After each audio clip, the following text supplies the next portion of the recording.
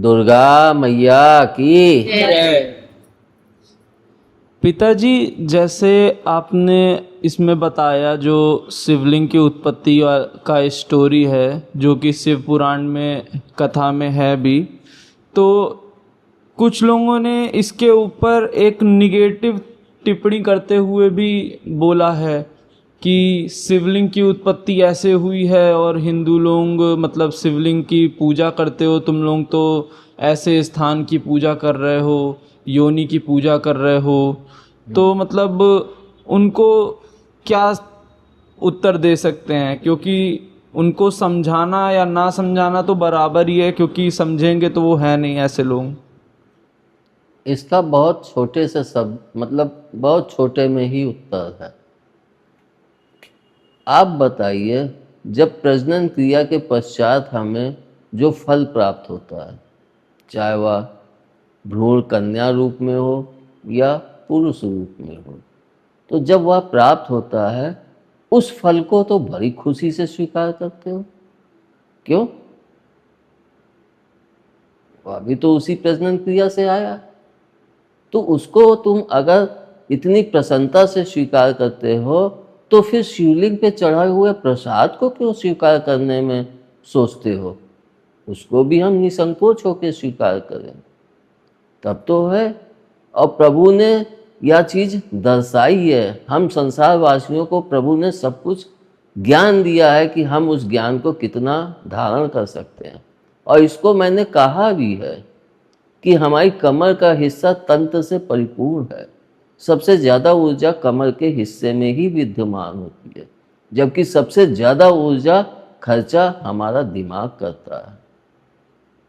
तो इस तरह से देखें तो प्रजनन क्रिया का फल तो सबको बहुत प्यारा है, और जिसको नहीं मिलता है वह उसको प्राप्त करने के लिए कहीं ये ऋषि, कहीं वहाँ मन्नत, कहीं कुछ ना कुछ माँ दौड़ा करता है। और फिर शिवलिंग के प्रसाद को प्राप्त हो रहा है तो उसको तो तुरंत लेना चाहिए। लेकिन कुछ लोगों ने कि शिवलिंग से दूर रहो, ताकि तुम उस ऊर्जा में अगर समाहित हुए तो फिर तुम्हारा कोई कुछ भी नहीं कर सकता है, फिर तुम एक अजय हो सकते हो। लेकिन उस ऊर्जा में तुम कितनी शिद्दत से स्नान करते हो ये तुम्हारे ऊपर है। हम जितना ज़्यादा शिवलिंग के समीप रहेंगे, जितना ज़्यादा प्रभु को तप करेंगे, जितना ज़्यादा वो होगा, तो हम उनका उतना ही ज़्यादा आशीर्वाद भी प्राप्त करेंगे। और इसमें पिताजी, जैसे जो लोग चाहते हैं कि उनको पुत्र फल की प्राप्ति हो या पुत्री फल की प्राप्ति हो, तो वो शिवलिंग पूजन द्वारा भी प्राप्त हो सकता है, क्योंकि लोग मतलब मंदिर जा जा के माता जी के मंदिर में कलावा बांध रहे हैं, कहीं कुछ बांध रहे हैं। तो क्या सिर्फ शिवलिंग की पूजा करने से भी पुत्र या पुत्री फल की प्राप्ति हो सकती है? हाँ, हो सकती है। इसको तो मैंने कई बार अनुभव किया है कि जैसे कोई व्यक्ति बहुत परेशान है, बीमार है, तो मैं उसको शिव जी से जोड़कर जो भी चीज़ उसके लिए लाभदायी है वह मंत्र देता हूँ, तो वह शिवलिंग की पूजा करता है, माँ की या पिता की। जहाँ तक होता है मैं माता पिता दोनों का ही वो देता हूँ, क्योंकि एक रूपता तभी हमें लगती है। और उसके पश्चात उसके उन रोगों में, उसके उन कष्टों में लाभ भी पहुंचता है। तो जब हमें शिवलिंग से यह सब चीज़ें प्राप्त होती हैं तो फिर पुत्र और पुत्री क्यों नहीं, फिर हमें वह फल क्यों नहीं प्राप्त होगा जो प्रजनन क्रिया के बाद मिलता है। तो हमें वह फल भी अवश्य प्राप्त हो सकता है। बस शर्त यह होती है कि हम उसके लिए कितनी बुरी तरह से प्रभु से प्रार्थना या उनसे जुड़ाव कर रहे हैं। कितनी बुरी का मतलब ये मत समझ लेना कि गलत है, बुरी तरीके की सारे संसार को हम छोड़ के अपना सब कुछ प्रभु में अर्पित करके उनसे जुड़े हुए हैं कि प्रभु हमें एक पुत्र चाहिए। और हम अगर पीछे की कथाओं में देखें तो तमाम कथाओं में शिव जी से ही पुत्र की प्राप्ति हुई है, बहुतों को हुई है। जैसे कि हम लोग यह भी जानते हैं कि शिव जी ने ही कितने लोगों की अकाल मौत से भी बचाया है। तो जब यह सब चीज़ें हमें शिव जी से प्राप्त होती हैं तो फिर शिवलिंग की पूजा करने से हमें वह फल क्यों नहीं प्राप्त हो सकता है? पिताजी, जैसे आपने कहा कि सब कुछ प्रजनन से ही उत्पन्न है, तो इस प्रकार से जैसे हम देखते हैं कि पौधे में फूल आते हैं तो लोग कहते हैं कि अगर फूल बार बार गिर जा रहा है तो वो एक पुरुष वाला फूल लेके वो उसमें वो करवाते हैं और फिर वो फल बन जाता है। तो जिस तरीके से प्रजनन से हमारे पेड़ पौधे फल दे रहे हैं, नया पौधा उत्पन्न हो रहा है या जीव जंतु उत्पन्न हो रहे हैं, हम तो उससे जो उत्पन्न फल है यानी जो बाद में फल बना उसको भी तो हम ग्रहण ही कर रहे हैं। तो शिवलिंग में चढ़ा हुआ फल भी यानी कि हम ग्रहण कर रहे हैं, तो वो सब एक ही जैसा हुआ ना? बेटा वो सब एक ही तरह से हुआ। अब पेड़ पौधे हो चाहे जो भी हो, वे भी तो प्रजनन क्रिया के पश्चात ही फल देते हैं। लेकिन यहाँ पे सबसे बड़ी बात है कि हम इंसान पूछ रहे हैं और इंसान के हित के लिए ही पूछ रहे हैं। तो इंसान को प्रजनन के पश्चात सबसे बड़ा जो फल प्राप्त होता है वह कन्या या पुत्र, दो ही रूप में प्राप्त होता है। उस फल को हम इतने प्यार से उसके कितना लालन पालन करते हैं। किसी के भी पहला बच्चा होता है, उसके दुलार की कितनी अत्यधिकता होती है उसमें। मुझे भी थी जब मेरी पहली बेटी हुई, तो हर एक को होती है।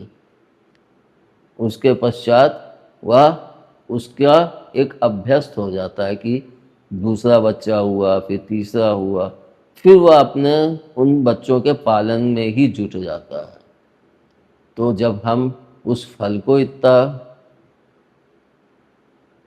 प्यार देते हैं, इतना उसको चाहते हैं, तो फिर शिवलिंग के प्रसाद में यह सोचना बहुत ही गलत है। जो भी फल प्राप्त हो रहा है दुनिया में, जो हम भोजन ग्रहण कर रहे हैं, अनाज वगैरह या जो पशु वगैरह खाते हैं, वो सब भी तो उसी से ही उत्पन्न है। तो एक तरीके से वो भी तो फल ही प्राप्त है। हाँ, तो मतलब अगर हम शिवलिंग का फल ना खाएं तो यानी ये सब को भी तो हमें ग्रहण नहीं करना चाहिए। संभव नहीं हो पाएगा। एक बच्चा पैदा हुआ, अगर वह माता का या गाय का दूध नहीं पिएगा तो वह इस संसार में जीवित ही कैसे रह पाएगा? तो सबसे पहले तो उसको अपने जीवन के लिए चाहिए दूध, तो वो भी तो इस संसार से मिलेगा। और जैसा कि कहा कि धरती से उत्पन्न फल वो खाते हैं, तो धरती भी तो माता है और पुरुष आकाश है, और दोनों का प्रजनन ही होता है। तभी धरती में जो पानी गिरता है, बारिश होती है, उसके पश्चात ही देखो धरती हरी भरी हो जाती, खुशी से लहलाती है। मतलब उस समय प्राकृतिक अपने पूरे एक कहें कि पूरे रुआब में होती है।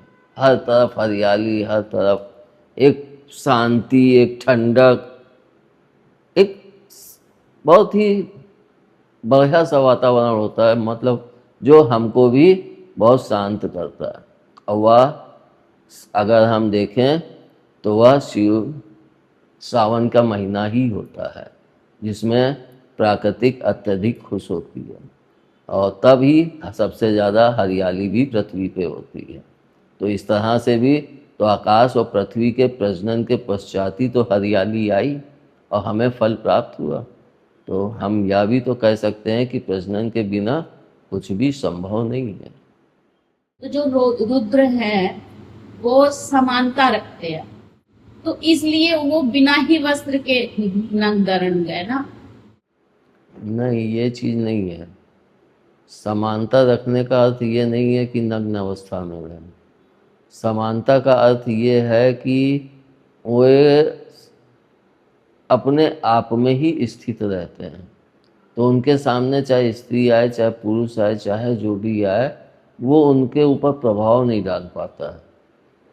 तभी हम देखते हैं कि रुद्र से सभी लोग कांपते भी हैं, क्योंकि वे न्यायप्रिय हैं और न्याय ही करते हैं। जैसे बोलते हैं कि जब स्त्री होती है रजस्वला से, तो उस समय की चीजों को बहुत बचाना चाहिए। और माता जी के वहां पे तो उनका जो यूज करते कपड़ा वो प्रसाद के तौर पे लोगों को देते हैं, और लोग उसी से पूजा भक्ति करके शक्ति की प्राप्ति भी करते हैं। तो ऐसा क्यों है? तो जब इस काल में यहाँ पे जितने भी बड़े बड़े योगी हैं या बड़े बड़े प्रभु भक्त हैं, माँ के भक्त हैं, वे सब जाते हैं तो अपने आप को ही तो पुनः जागृत करने और पुनः उस शक्ति को प्राप्त करने के लिए ही तो और मजबूत कर रहे हैं, इसी कारण तो जाते हैं। और लोग वहाँ पे इस समय में मेला लगता है जिसमें बहुत लोग जाते हैं। मेला तो मतलब ये होता है कि लोग आए गए, आते तो माँ के ही दर्शन करने के लिए, तो वहाँ पे उस मेले के कारण भी तो बहुत लोग दर्शन करने जाते हैं और वे सभी माँ की शक्ति को ही तो प्राप्त करने की चेष्टा करते हैं।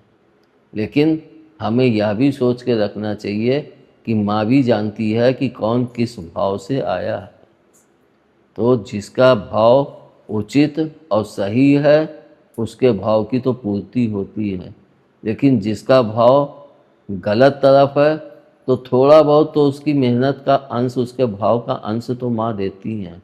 मगर कोई भी व्यक्ति चाहे अच्छे भाव से आया हुआ बहुत अधिक शक्ति प्राप्त कर ले या बुरे मन से आया हुआ थोड़ी शक्ति प्राप्त करे, लेकिन एक ना एक दिन उसको मौत अवश्य गले लगाएगी।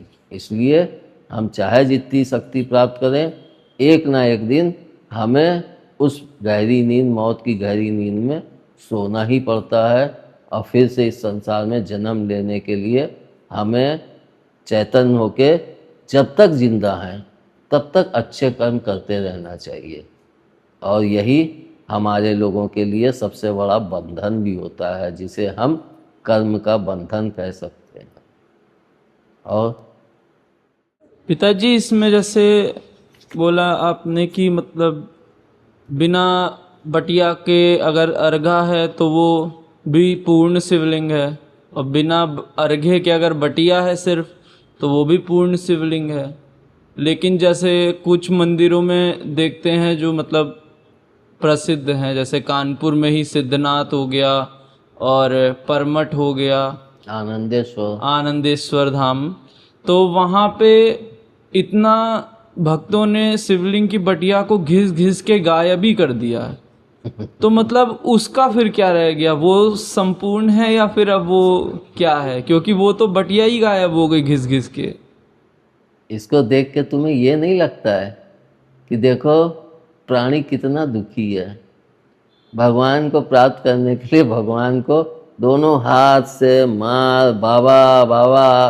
मैं आनंदेश्वर जाता था, लोग छोड़ते नहीं थे बटिया, जबकि बहुत छोटी रह गई। अब वो मार बाबा बाबा करके वो दूसरे को चढ़ाने ही नहीं मिलता, तब जाके उसके ऊपर एक चांदी का वो चढ़ाया। उनको भी तो उस बटिया को बचानी है वहाँ पे जो पंडित हैं।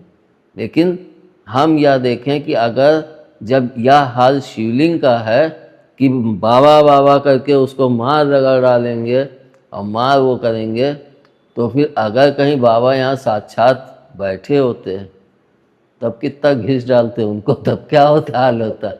इसीलिए तो प्रभु भी पृथ्वी छोड़ के चले गए कि ये इंसान हमें शांतिपूर्ण तरीके से रहने भी नहीं देंगे, जबकि उन्होंने कैलाश का निर्माण ही इसीलिए किया था कि हम अपने बच्चों के ही साथ रहेंगे।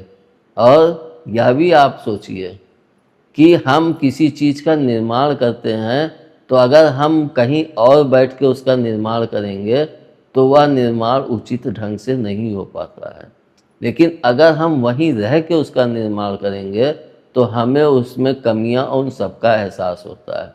इसको उदाहरण के तौर पे देखें, हम चाहे जितना पैसा खर्च करके कोई मकान बनवाएं अपने लिए, लेकिन जब हम वहाँ रहने जाएंगे ना तभी हमें उसमें कमियां नज़र आएंगी कि ये यहाँ करवा लेते तो अच्छा होता, ये यहाँ करवा लेते तो अच्छा होता। तो इस बात को प्रभु तब भी जानते थे, तभी उन्होंने इस पृथ्वी के निर्माण करने के पश्चात कि इस पृथ्वी पे ही रहेंगे तभी इस दुनिया को सही ढंग से बसा पाए, तब वे अपने बच्चों के पास रहे।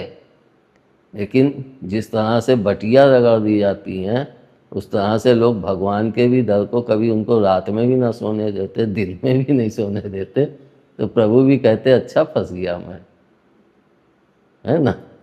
अभी भी तो मतलब यही हाल है, जहाँ अगर मंदिर में भीड़ लगने लग जाती है तो मंदिर को 24 घंटे मतलब खोलने लग जाते हैं कि भक्तों को दर्शन मिलता रहे। अब एक तरीके से बोलते हैं भक्तों की सुविधा के लिए, हाँ, लेकिन अब देखा जाए तो प्रभु को भी तो आराम करने का मौका दें। वो तो चलो फिर भी ठीक है। यहाँ तो मैं ये देखता हूँ कि बहुत जगह पे कहीं पे शिवलिंग पृथ्वी से निकल आई, कहीं पे हनुमान जी निकल आए, कहीं पे कुछ निकल आए, और वहाँ पे फिर भीड़ लगने लगती, मेला लगने लगता है, माल। तो हर जगह तो अपने आप नहीं निकलता होगा, कहीं पे तो लोग इसको गलत ढंग से भी तो प्रयोग करते हैं, जिसको मैंने शायद कहीं पे पढ़ा था या देखा था कि किसी चीज़ में, तो उन्होंने क्या किया, ज़मीन के नीचे चना भिगो डाल वो कर दिया और उसके ऊपर मूर्ति रख दी, और उसके पश्चात उन्होंने उसको पूरा पाट दिया। जब बारिश हुई तो पानी पड़ा तो वे चना फूलने लगा। अब जब वो फूलने लगा तो वो बढ़ने लगा, जब वो बढ़ने लगा तो फिर धरती अपने आप मुंह खोल के मूर्ति बाहर आ गई, प्रभु प्रकट हो गए, लोग भीड़ लगाने लगे, माँ चढ़ावा चढ़ने लगा। उसको कोई नौकरी करने के लिए, कोई कार्य करने के लिए आवश्यकता ही नहीं, चढ़ावा ऐसे ही उसके एक झूठ के उसके कारण ही आने लगा। तो दुनिया में तमाम प्रकार की सोच हैं और तमाम प्रकार के लोग हैं। लेकिन ऐसे लोगों को तो दंड तो मिलता ही होगा ना, जो मतलब गलत तरीके से कर रहे हैं। वो तो बिल्कुल मिलेगा। जब तुम भोजन करते हो तो तुम्हें क्या पता होता है या भोजन अंदर जाके नुकसान करेगा कि फ़ायदा करेगा। तो उसी तरह से व्यक्ति करता तो उसको तुरंत का लालच होता है कि हमें अभी तो मिल रहा है, मरेंगे कुछ दिन कष्ट होगा फिर क्या करना। और मैंने देखा यह सोच इस समय बहुत ज़्यादा लोगों की है कि अभी तो मौज कर लें, आखिरी में महीने 2 महीने, साल 2 साल भोगना पड़ेगा, भोग लेंगे, अभी तो मौज कर लें। तो यह सोच भी लोगों को एक तरह से नीचे ही गिराती जा रही है, उठान नहीं दे रही, फिर नीचे की तरफ जा रहे हैं, पतन की तरफ जा रहे हैं। धन्यवाद। दुर्गा मैया की जय।